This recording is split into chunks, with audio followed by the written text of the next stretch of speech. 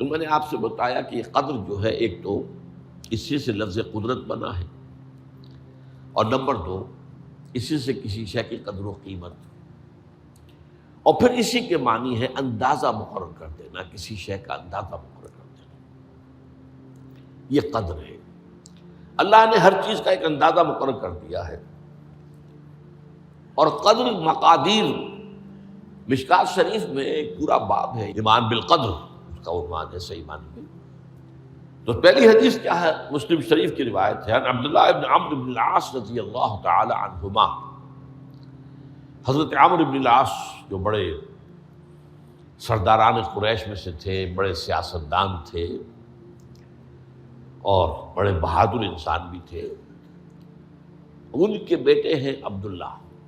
اور بڑی دلچسپی کی بات یہ ہے کہ باپ اور بیٹے کے مزاج میں بود المشرقین تھا، وہ تھے جنگجو اور سیاستدان اور بڑے سرداروں میں سے، یہ تھے انتہائی زاہد و عابد، انتہائی زاہد و عابد۔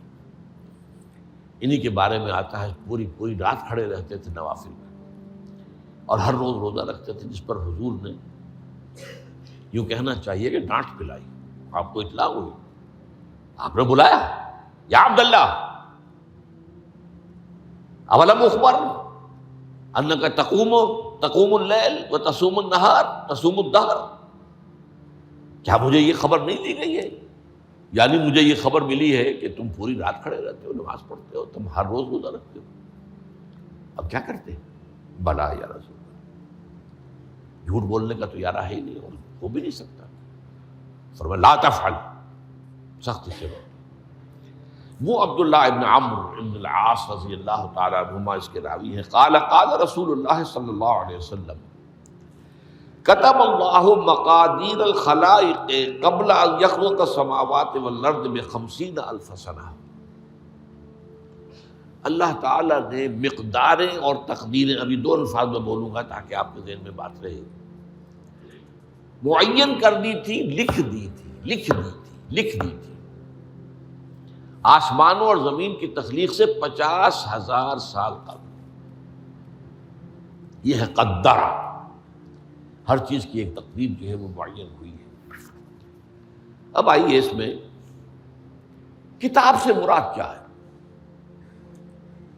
جو آیت میں نے دوسرے نمبر پر پڑھی آج، سورہ حدید کی آیت، ما اصاب بمصیبۃ فی الارض ولا فی انفسکم الا فی کتاب من قبل ان نبرأ۔ کتاب سے مراد کیا؟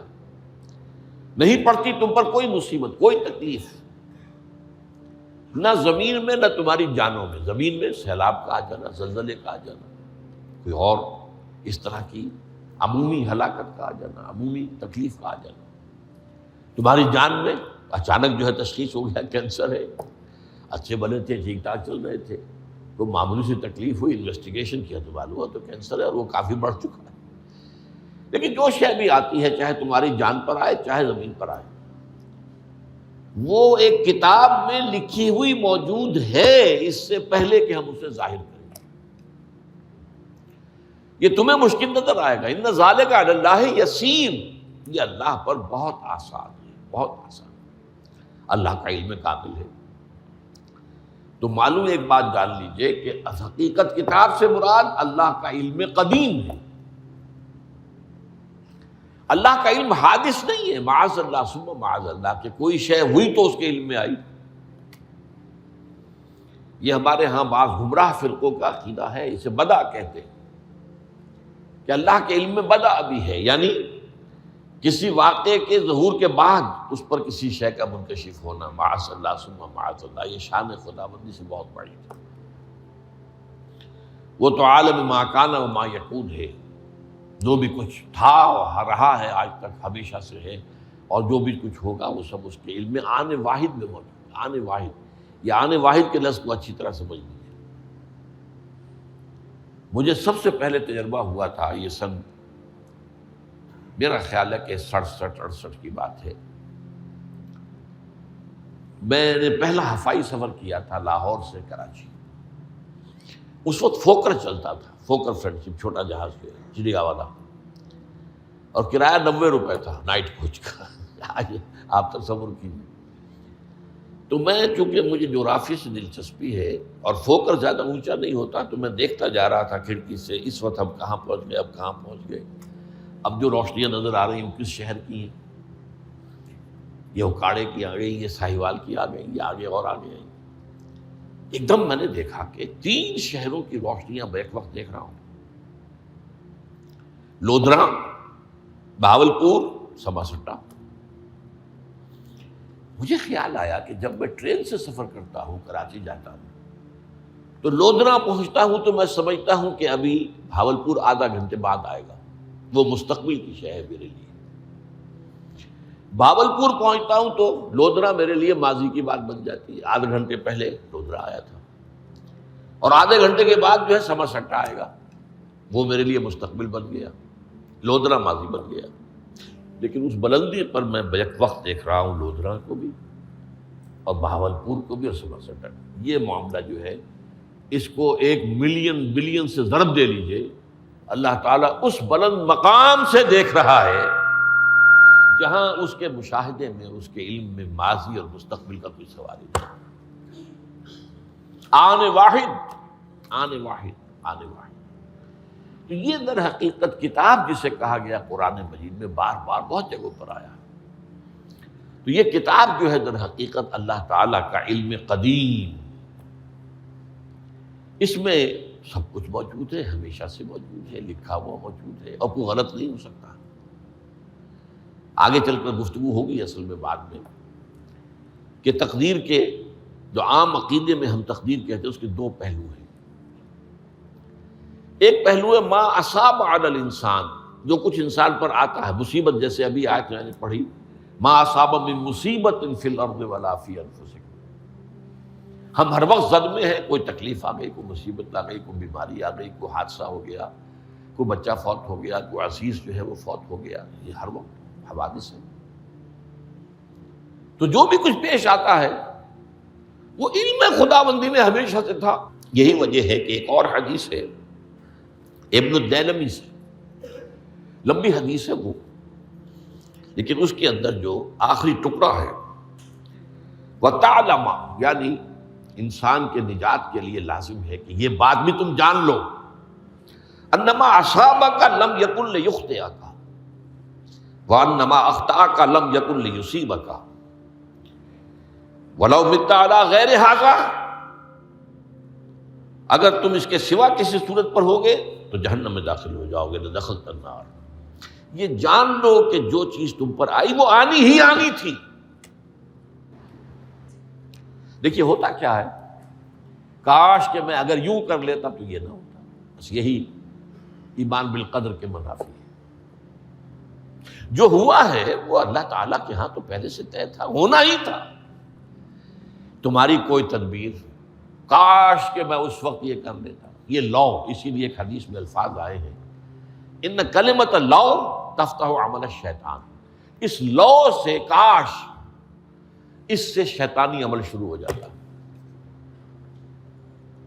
کاش کہ یہ ہو جاتا، کاش میں یہ نہ کرتا، کاش کہ ہو جاتا. تو یہ نہیں. تعلم انما اصابک لم یکن لیخطئک. تو جان لے اس بات کو کہ جو چیز تم پر آئی ہے وہ ہرگز ٹلنے والی نہیں تھی. کوئی تدبیر تم کر لیتے، کوئی کسی وقت کوئی ہیلا کر لیتے، کوئی تم قدم اٹھا لیتے، کچھ بھی کر لیتے، وہ تو آنی ہی آنی تھی. وما انما اخطاک، جو چیز تم سے چھوٹ گئی، رہ گئی، نہیں ملی. ایک ویکنسی ایڈورٹائز ہوئی تھی، آپ نے بھی درخواست دی تھی، آپ کو نہیں ملی. اب آپ ہو کاش کہ میں نے فلاں سے سفارش کرا لی ہوتی. بس گئے. تو جو چیز چھوٹ گئی وہ چھوٹ جانی ہی تھی. اس میں قطعاً جو ہے کوئی شکل، کوئی تدبیر، کوئی سفارش، کسی طرح کا کوئی بھی ہیلا، کوئی جو ہے اس پہ کارگر نہیں ہو سکتا تھا. لم یکن لیصیبک ومت علی غیر ذالک. اگر تو اس کے سوا کسی کیفیت پر تیری موت واقع ہوئی، اگر یہ یقین نہیں ہے، یہ ہے تقدیر کا وہ مفہوم کہ جس کا تعلق ہے علامہ اصاب الانسان، جو انسان کے اوپر وارد ہو رہا ہے. اس کے ضمن میں تقدیر کا مفہوم کیا ہے؟ کہ جو ہوا ہے وہ تو ہونا ہی تھا، اس میں تو کسی شک و شبے کی گنجائش نہیں، بالکل قط اللہ تعالیٰ کا فیصلہ ہے۔ البتہ در حقیقت ایک دوسرا پہلو ہے، ما یفعل الانسان، وہ جو انسان کرتا ہے۔ یہاں آ کر یہ تقدیر کا مسئلہ بہت ٹیڑھا ہو جاتا ہے۔ آیا میرے اندر کوئی اختیار بھی ہے کہ نہیں؟ Do I have any free choice؟ یا ہر شخص پہلے سے طے ہے؟ تقدیر کا ایک عام مفہوم یہ ہے، اور اس مفہوم میں بھی بعض روایات بھی ہیں جو اس کی تائید کرتی ہیں کہ ہر چیز پہلے سے طے ہے، لکھی ہوئی۔ اور یہ جو حدیث ہم نے ابھی پڑھی ہے یہ گویا کہ اس کی ایک مثال ہے کہ وہ جو لکھ دیا گیا تھا، فرشتے نے لکھ دیا تھا، رحم مادر میں لکھ دیا تھا، شقی او سعید، یہ بدبخت ہے یا سعادت مند ہے۔ تو ایک شخص پوری عمر نیکی کے کام کرتا رہا، آخری وقت میں آ کر کوئی ایسا حادثہ پیش آ گیا کہ وہ اہل جہنم کے سے کام شروع کر دیا اور جہنمی ہو گیا۔ یا ایک شخص ساری عمر جو ہے جہنمیوں کے سے کام کرتا رہا، آخری وقت میں آ کر کوئی ایسی توفیق ملی، کچھ ایسا معاملہ ہو گیا، توبہ کر لی اور اس نے جو ہے اہل جنت کے سے اعمال شروع کرنے کی ضرورت ہوگی۔ تو یہ جو ہے علامہ سابق کا علیحدہ بات ہے، اور علامہ یفعل الانسان، انسان کیا کرتا ہے اس میں اس کی قدرت کتنی ہے۔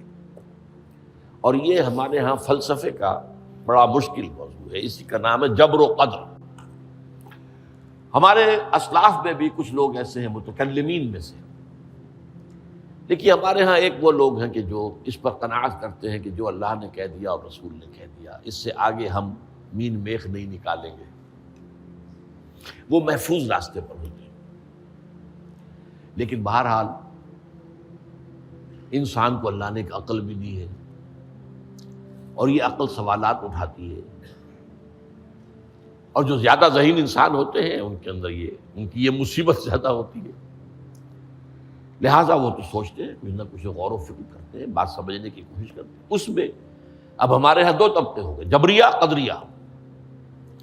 ایک نقطہ نظر یہ ہے کہ انسان مجبور محض،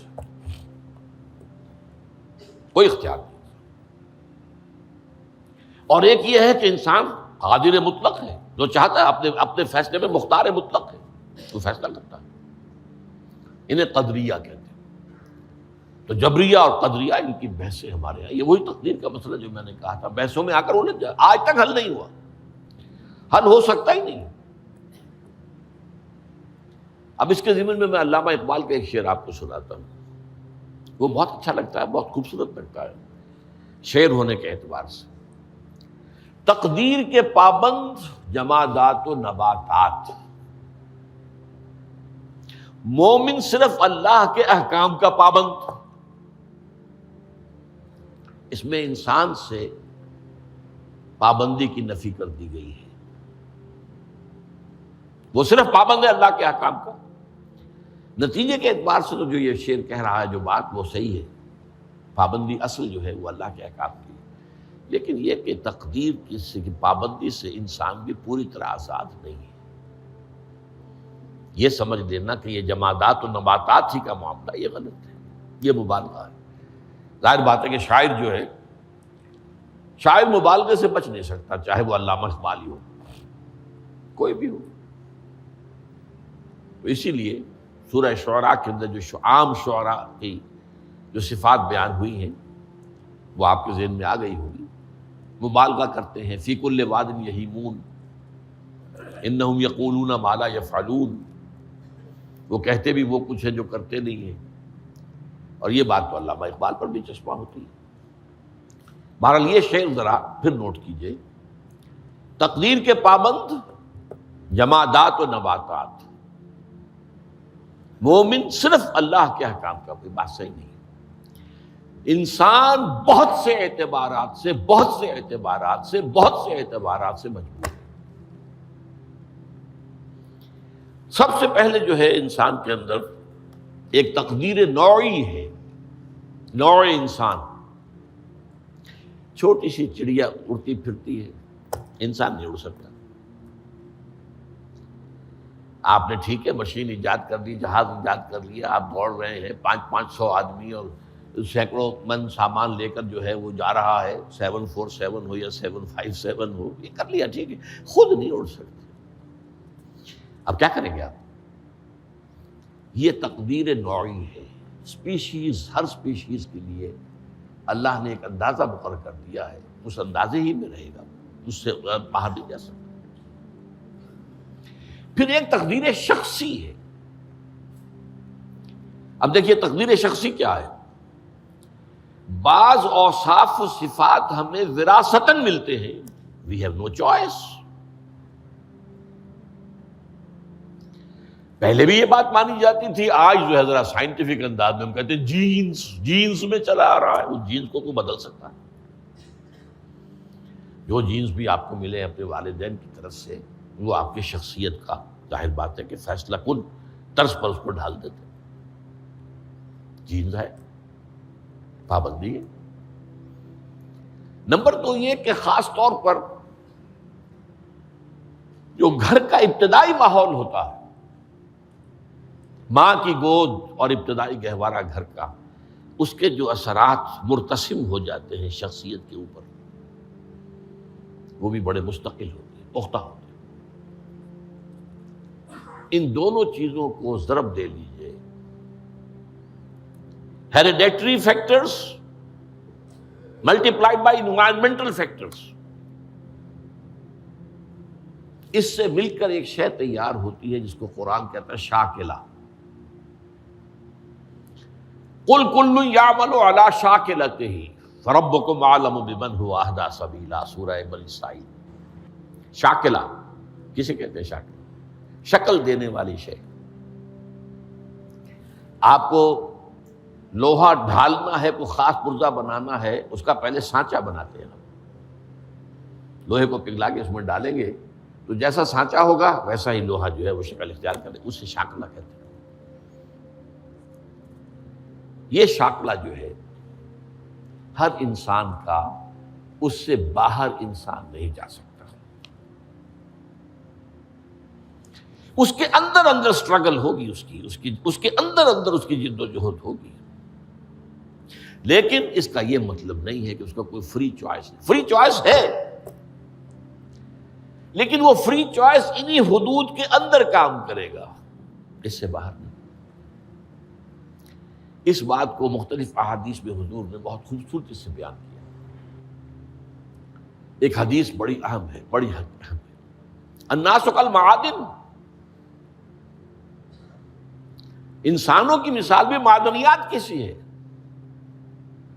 اب سونے کی معدنیات میں سے سونے کی جو اور ہے، اب پتہ نہیں اردو میں مجھے معلوم نہیں اور کا ترجمہ کیا کرتے ہیں عام طور پر، لیکن جانتے ہیں اور وہ کچی دھات جس سے کو صاف کر دیتے ہیں تو پھر وہ دھات جو ہے خالص شکل میں سامنے آ جاتی ہے۔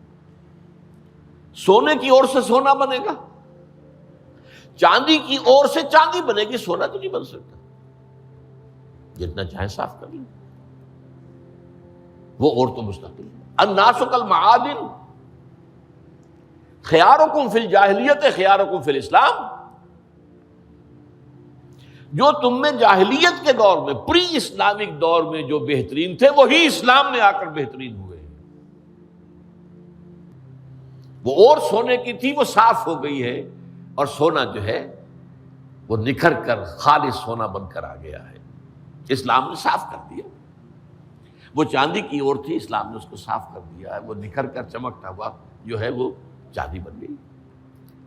لیکن یہ کہ اذا فقہوا، البتہ پھر اس میں ایک اضافہ کیا حضور نے، جبکہ ان کے اندر دین کا فہم داخل ہو جائے تو یہ کہ جو بہترین پہلے تھے وہی بہترین اب ہوں گے۔ اسلام لانے سے پہلے بھی بہترین ابو بکر تھے، اسلام لانے کے بعد بھی بہترین ابو بکر۔ حضور پر وحی سے پہلے بھی بہترین خاتون خدیجۃ الکبریٰ تھی، ایمان لانے کے بعد بھی بہترین خاتون خدیجۃ الکبریٰ۔ اور دوسری حدیث سنیے، عن ابی الدرداء رضی اللہ تعالی عنہ قال بینما نحن عند رسول اللہ صلی اللہ علیہ وسلم اسی حال میں کہ ہم ایک روز ہم حضور کے پاس تھے، نتناکرون ما یکون، اور ہم ذرا سوچ رہے تھے کیا کیا کچھ پیش آنے والا ہے دنیا میں۔ اذ قال رسول اللہ صلی اللہ علیہ وسلم، جبکہ حضور نے ہم سے ایک بات کہی، بڑی غور سے سنیے، اذا سمعتم بجبل ان زال عن مکانہ فصدقوہ، اگر تم یہ سنو کہ کوئی پہاڑ اپنی جگہ سے ٹل گیا تو مان لینا۔ وَإِذَا سَمِعْتُم بِرَجُلٍ تَغَيَّرَ عَنْ خَلْقِهِ فَلَا تُصَدِّقُوهُ، اور اگر تم سنو کہ کوئی شخص جو ہے وہ اپنی سرشت سے، اپنی جبلت سے بدل گیا تو کبھی نہ مانو۔